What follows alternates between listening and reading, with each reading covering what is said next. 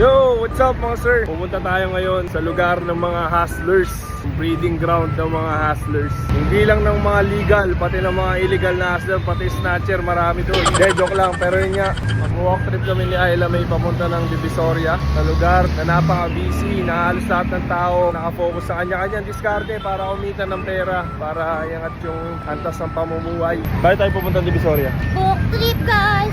Medyo nagiging kami ng weight. Gusto ko mag-bawas, konting cardio, lakad-lakad, malakas mga tunaw ng fats. May treadmill naman dun sa gym Pero syempre, para double purpose, nakapaglakad-lakad na tayo, makakapaggala-gala.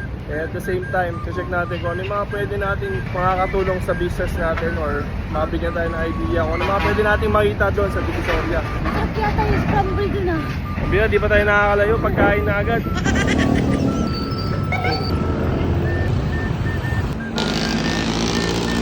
So, sa mga riders natin, merong ride out. Eto, nag-walk out tayo ng 407. Hapon tayo nag-walk out mga sir. Ang daming nakapark ditong motor sa likod ng SM City Hall. Ito yung SM City Hall. Manila City Hall. Ito yung SM Manila. Upal. 50 rin isang parking dyan. Laki ng kinikita. Buti na lang malaki yung sidewalk dito sa gilid. Sidewalk nga no? Malamang nasa gilid.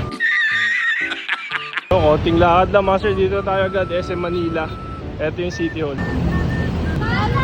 Oh, maraming kainan dito, nakangiti ka na naman. Gawin lang. Ay, pagkain, no? Daming classmates dito. Lapit kasi ito sa Adamson University. Meron pala silang mga bagong tambayan dito. Naparaming iba't ibang pagkain. Ganda nito. Ano to? First time ko lang napuntaan eh. Gusto mo i-check? Tara, tingnan. Kapitolyo. Yes. Ayun. Uy, may nagtitaping pa yata. Ay, magaling po akong umarte. Ano? Magaling po akong umarte. Pwede na! Sample daw? Yes. Yes! Yung galit. Yes!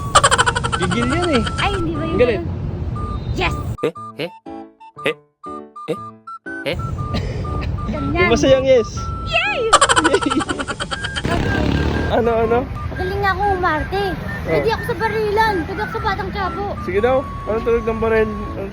Baratatata. Tunog ng baril. Baratatata. Ano pinapanood mo eh. Hindi ko yata alam yun eh. Hindi ko alam eh. Kwento mo nga. Panood ako sa Facebook Reels. Napabasa siya ng nanay niya. Sabi niya, sing, sing. Gating doon sa bang bang yung tunog ng baril. Sabi ng nanay niya, sisimula sa letter B. Tunog ng baril. Sabi ng anak, baratatata. Tawang-tawa ka ba? Funny. Ito na lang yung part ng Manila na marami pang puno. Ayan. Bumaba kami dito sa underpass. Actually, first time ko dito. First time. Love, di ba tayo nakakalayo? Ingal na ingal ka na. Mali. Ayan yung Intramuros, mga sir. Papasok na Intramuros. Tapos doon tayo dadaan sa Jones Bridge. Papunta ng Divisoria. Ito na mga sir, nandito na tayo sa Jones Bridge. Kailangan nyo ng pamalit. Wala kayo dito. Ayan, maraming nakatabi.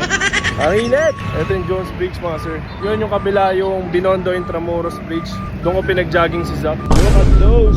Doon yung Binondo Intramuros Bridge. Ito may mga food tripan dyan. Wala pala ganong tao doon, love, kapag weekdays, no? Tapos ganito pa kainit. Kasi nung pumunta kami dyan Sunday, mga ganitong oras din naman yun, pero marami ng tao, ano? Ito na mga sir, yung arko ng Binondo. Papasok na tayo ng Binondo. Uy, Chinese! Look! It was at this moment that he knew he fucked up. Wala, Rainis! Lagot ka, lalagay ko sa video ha. Huwag naman. Pero ito yung church sa Binondo. Mga kainan, mga Chinese street food, Chinese food, meron dyan sa Ongpin. Pati bentahan ng ginto, alam ko dyan. First time ko makapunta rito mga sir. I mean, like ko nadadaanan to, pero di talaga ako nakakapaglakad-lakad pa rito. Ito lang pala yung bentahan ng BYD Labo. Yung gusto mong sasakyan. I-charge? Yung, hindi Kulay card. ko yata yun ah. Next time tingin tayo. Hindi siya mukhang BYD. Baliktad siya dito no? CYE. Ayan, yan o. BYD Chinatown. Next time, punta tayo dyan. Check tayo ng sasakyan. Pag may pambili na tayo. Pero sa ngayon kasi grabe traffic sa Manila. Parang kahit may pambili ka, hindi advisable kumuha ng sasakyan. Kaya hanggat maaari, kung kaya pa naman magmotor, di naman dadaan ng expressway. Motor na lang muna. Ito na mga sir, nakapasok na tayo ng Divisoria.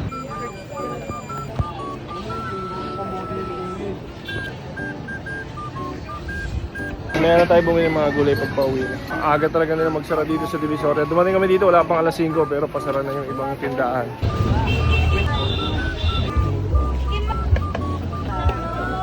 Fish. 168 Shopping Mall. Pasok tayo dyan. Dito rin ako nag-start dati nung first year high school ako.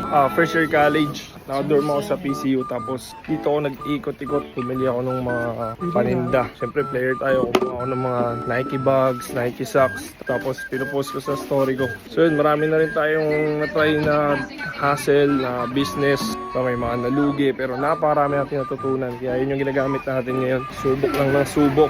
Kaya yun yung sinasabi ko, sir. Same lang yan. Kung paano ka sa court, ganun ka rin sa totoong buhay. Ganun ka rin sa business. Kumbaga, kung dapat di ka takot magkamali. Subok lang ng subok. Walang natatalo. Ang natatalo yung sumusuko. Pag napapadpad ako dito, naalala ko yung hirap eh. Grabe yung hirap. Isipin mo, 20 perasong bag nakalagay sa dalawang malaking plastic.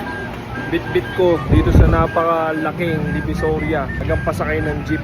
Pag-ikot pa lang sa paghanap ng pinakamura, mahihirapan ka na eh. Kaya mula nun, di na ako tumawad sa mga nagbebenta. Guys, nakahanap na kami. Tagal ko na naghahanap nito. Kaya Game of Generals. 880 ata. Thank you, nakahanap kami. Tatalunin ko ito mamaya. Ayos na, pwede na umuwi. Oo, sa'yo layo ng pinuntahan natin. Sa mga nagtatanong sa akin kung saan ako nabili yung sintas sa sapatos na nilalagay ko, eto na. Hindi ko dito nabili yung sa akin, pero kita nyo naman, napakarami yung pagpipilian, sir. Dito rin sa 999 Mall. Ibang style. Pagod ako maglakad, umupo muna ako dito sa food court. Pero di pa kami dito kakain, punta kami ng Chinatown, doon kami kakain mamaya. Doon tayo magpo-food trip. Pero yun nga, di ko na naantay makauwi. Yan, inassemble na agad namin itong nabili namin yan, yung Game of Generals. Yung tulungan niya na ako magdikit para mamaya, pag uwi namin, lalaro na lang, di ba? Oo. Ready ka na ba? Ngayon Mag-isip ka na ng strategy mo. Hindi pa namin malalaro ngayon. Dalawa lang kasi kami. Kailangan kasi dito 3 para makapaglaro. Ben, larong-laro na ako eh. Ching Chong Town. Konting cardio kunwari. Tapos food trip pagkatapos. Yun tayo ngayon sa Chinatown magpo-food trip. Yun, tapos na kami kumain and si Ayla nagyaya mamili ng prutas at gulay. So, mura dito, bagsakan dito ng prutas at gulay, puntahan natin. And mabalik nga tayo sa kinikwento ko kanina. Mula nung naranasan ko yung hirap, hindi na ako tumatawad sa mga nagbebenta sa akin. Nagalit nga to si Ayla May kasi di daw ako tumatawad. Kaya yung mga nagsasabi na sa Divisoria lang naman yan binibili. Subukan mo pumunta ng Divisoria kung may oras ka naman pala. Tapos pagdating mo dito, problema mo pa kung saan ka bibili. Napakalawak na ito, tapos di mo pa alam kung saan yung pinakamura. Kasi dito sa Divisoria, kung isa lang naman bibilin mo, di ka rin naman para makabili ng mura. Kailangan dito maramihan para makatipid ka. After mo mapagod mag-ikot, maghanap, tapos may realize mo, konti lang pala yung diferensya. Konti lang pala yung tinubo ng tropa mo. Kaya yun nga, supportahan nyo yung mga dumidiskarte, supportahan nyo yung mga nagdinegosyo, paano nyo supportahan yung mga malalaking businesses. Hindi naman kayo tumatawad sa mall eh. Sir. Oh. Yeah.